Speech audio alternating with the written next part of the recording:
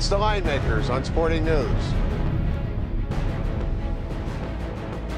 Hi, welcome to the Linemakers on Sporting News. I'm Micah Roberts. Joining me is Hugh Citron. Hugh and I actually started writing tickets together over 20 years ago at Circus, and he went on to Mandalay Bay and was the first guy to ever put up odds on the UFC. Hugh, how you doing? Great, Micah. How you doing? Getting ready for that big card, December 29th. I can't wait. Heavyweight championship on the line between Junior Dos Santos and Cain Velasquez. Now tell me some of the early beginnings when you first put the line up. Well, absolutely. Early on, getting information on UFC fights wasn't the easiest thing to do.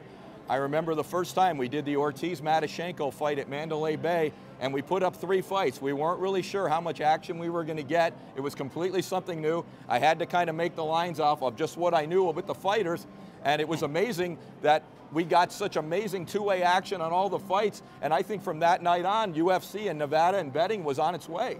Now, some of the differences between boxing and UFC, obviously, there's more UFC events than boxing.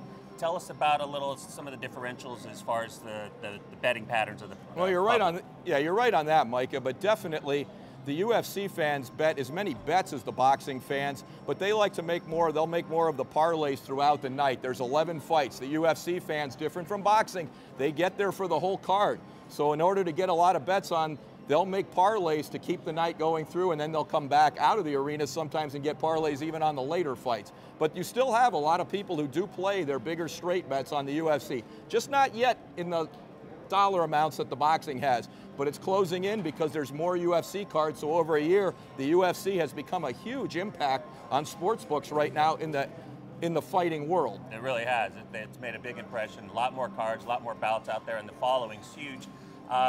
December 29th, MGM Grand Arena. We got, looks like Dos Santos, $1.50 favorite. Give us a little insight on that. Yeah, no doubt, Micah. The line looks about right based on the fact Junior Dos Santos, he did knock him out in the first fight last November. He caught him with a shot. Cain got caught. The difference between this and boxing is guys do get caught.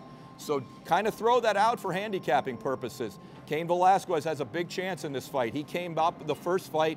He looked like he was probably the guy, Micah, who was going to win that fight. Yep. But he got caught. Anything can happen. Look for Cain to get back to his basics, wrestling and his superior cardio. If he can take this fight down and get this to about the 4th or 5th round, don't be surprised if Cain wins this on the judges' card or maybe even get a ground and pound stop from the top position. That's great information. This is the man who did it first, and he still knows his stuff. Thanks for joining us. We'll see you next week.